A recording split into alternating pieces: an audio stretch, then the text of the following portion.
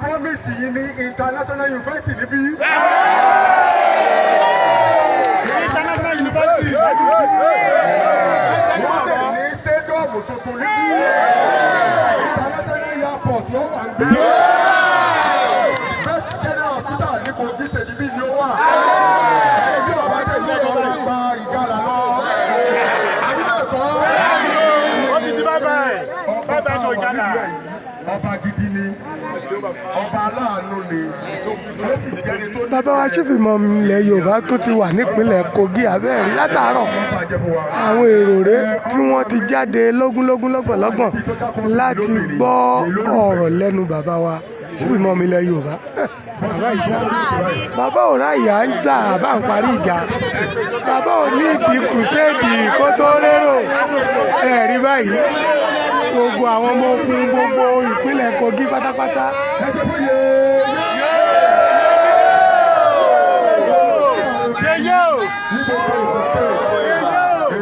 Àjọ travel káàkiri ọmọ mi dáadáa ni. Òun náà wà ní Canada, London, owó ló fẹ́ wá sí Nàìjíríà. Mo á ní kí ló dé kí lòun wá bọ̀. Ó lóun wá fẹ́ kí ìlú bàbá àwọn tòrò. Bí Amẹ́ríkà ṣe rí, ó fẹ́ kí bí orí.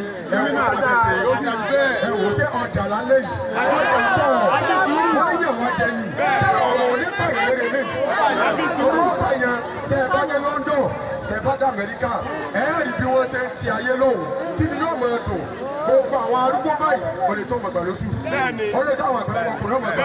Kò sólòsì, bọ́ bá gbàgbé fóònù rẹ sí chọ́ọ̀chì, wọ́n sì pè pé ọ̀wá gba fóònù rẹ. Kọ́nà tó bá mú fóònù lọ́wọ́ Nàìjíríà, wọ́n sì gbọ́. Lébòlébò tó ń pè ọgbà pé sí chọ́ọ̀chì. Ọgbà pé fóònù sí mọ́sálásí. Wọ́n mú lọ. Ó lọ.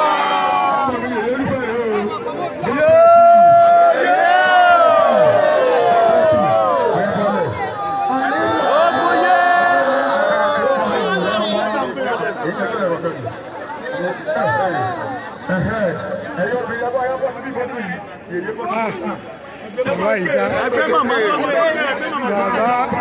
gbogbo ògbà ni bàbá sàmọ́ ń pààyàn náà. Bàbá òrà yìí à ń báyàn jà bá ń parí ìjà ń tiwọn. Bàbá ìṣá ìṣiṣẹ́ Yorùbá nation lọ ń tiwọn. Bí ọmọ Yorùbá ó ṣe gbòmìnira ló jẹ bàbá wa Chief Imam Yorùbá lógún. Àbẹ́ẹ̀ rí báyìí ìpínlẹ̀ Kogi tún la wà yóò. Ní ọjọ́ 24 oṣù kọkànlá 24/11. Ìyá rẹ̀ o. Ebi ló pè ọ̀gá.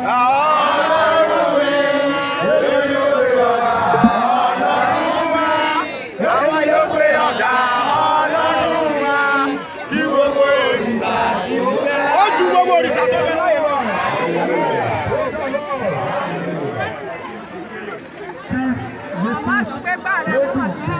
Àbí Yorùbá ẹjẹ́ fídíò ọ̀gá náà.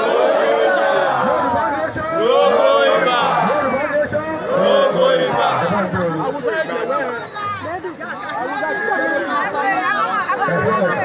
Ìyàwó gbọ́dọ̀ ṣubú o. Ìyá ìyàgbà. Ọ̀gá. Ìyá òkú.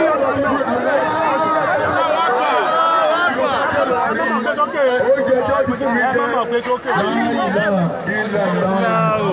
láàárọ̀ àná ìyẹn ní Kogi, ọ̀sán ìyẹn, alẹ́ ìyẹn, ọ̀sán ìyẹn, alẹ́ ìyẹn, orí ìyẹn, abẹ́sàkóró.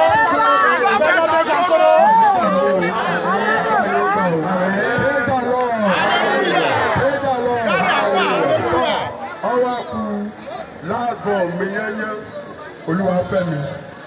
Olúwafẹ́ àwa náà. Ìdá kékeré ní káwọn sí kókó. Gbèsè.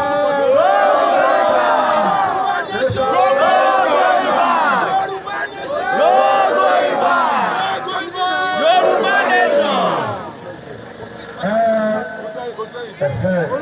Olúwafẹ́mi rèé o. Ó ní gọ́fúnà wa ní Kogi